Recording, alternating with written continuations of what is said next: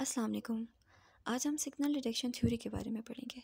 Signal detection theory को हम लोग 3 तरह से डिफ़ाइन कर सकते हैं। पहला, हम किस तरह अपने एनवायरनमेंट के अंदर मौजूद स्टिमुलस को अपने सेंस ऑर्गन से डिटेक्ट करते हैं। सेकेंडली, डिटेक्ट करने के बाद हम उसको किस तरह रिस्पॉन्ड करते हैं।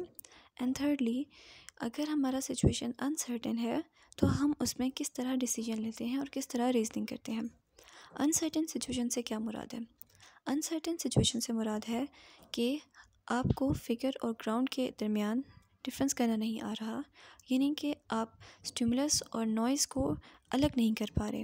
आपने किस चीज़ को सेंटर ऑफ अटेंशन देनी है और कौन सी चीज़ आपकी मार्जिनल अटेंशन में आएगी, ये चीज़ क्लियर नहीं है। ये आपके अपने सेंसेस की वजह से नहीं है। तो इस सिचुएशन में हम किस तरह डिसीजन लेते हैं और हमारी रीजनिंग किस तरह काम करती है, सिग्नल डिटेक्शन थ्योरी हमें ये बताती है। अब हम इसकी कुछ केसेस पढ़ लेते हैं। पहले केस ये होगा कि हमारा माइंड इस बात को डिटेक्ट करेगा कि आया सिग्नल प्रेजेंट है या नहीं प्रेजेंट। सेकंड सिचुएशन में अगर प्रेजेंट है तो हमने उसको किस तरह रिस्पॉन्ड करना है। एंड थर्ड सिचुएशन में अगर हमारा माइंड कंफ्यूज है और वो ये डिटेक्ट नहीं कर पा रहा कि स्टिमुलस या सिग्नल प्रेजेंट है या नहीं है, तो उस सिचुएशन में माइंड किस तरह कन्फ्यूजन को दूर करके एक बेस्ट पॉसिबल सोल्यूशन की तरफ हमें लेके जाएगा। अब अगर हम लोग इस सिचुएशन को केस सिनेरियोज़ के अंदर डिवाइड करें तो ये 4 सिनेरियोज़ बनते हैं। पहला सिनेरियो को हम कहते हैं हिट्स। हिट का मतलब है कि अगर सिग्नल प्रेजेंट था और हमने सही डिसीजन लिया और हमने सिग्नल को डिटेक्ट कर लिया, तो इसको हम कहते हैं हिट सिचुएशन। हिट सिचुएशन हमें पॉजिटिव कॉन्सिक्वेंसेस की तरफ लेके जाती है क्योंकि हमारी डिटेक्शन सही होती है। सेकेंड सिचुएशन को हम कहते हैं करेक्शन रिजेक्शन। करेक्शन रिजेक्शन में क्या होता है कि सिग्नल प्रेजेंट तो नहीं होता और हम उस कन्फ्यूजन को दूर करते हुए ये डिसीजन लेते हैं कि सिग्नल प्रेजेंट नहीं है, यानी कि हम लोगों ने पॉजिटिव डिसीजन लिया, हम पॉजिटिव आउटकम की तरफ जाएंगे।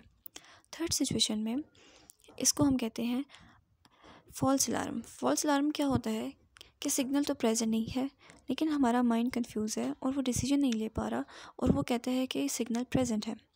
And the fourth one is miss situation. Miss situation में क्या होता है कि सिग्नल तो प्रेजेंट होता है लेकिन हमारा माइंड उसको डिटेक्ट नहीं कर पाता। मैं आपको इसको एक एग्जांपल के थ्रू समझाती हूँ। एक डॉक्टर है, वो अपने पेशेंट की रिपोर्ट चेक कर रहा है और उसने ये डिटेक्ट करना है कि आया उसके पेशेंट के लंग्स के अंदर ट्यूमर है या नहीं है। ऐसी सिचुएशन में क्योंकि वो अनसर्टेन है, सीटी रिपोर्ट उसको ये क्लियरली नहीं बता पा रही कि ट्यूमर प्रेजेंट है या नहीं है, तो अब डॉक्टर इस अनसर्टेन सिचुएशन के अंदर किस तरह डिसीजन लेगा।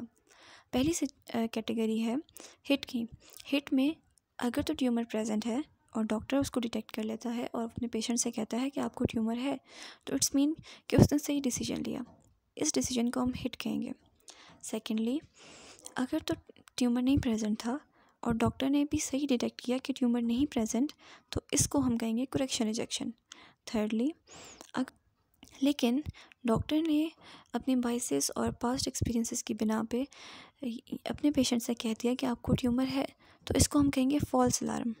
And the fourth one is miss situation कि ट्यूमर तो प्रेजेंट था लेकिन डॉक्टर लैक ऑफ अटेंशन की वजह से या फिर डिस्ट्रैक्शन की या अटेंशन की प्रॉब्लम की वजह से उसको डिटेक्ट नहीं कर पाया और उसने अपने पेशेंट से कहा कि आपको ट्यूमर नहीं है। इस सिचुएशन में उसने मिस कर दिया।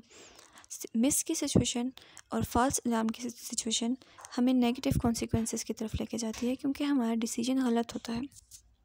सिग्नल डिटेक्शन थ्योरी के अंदर 2 चीज़ें बहुत ज़्यादा इंपॉर्टेंट हैं। पहली सेंसिटिविटी एंड दूसरी रिस्पॉन्स बायस।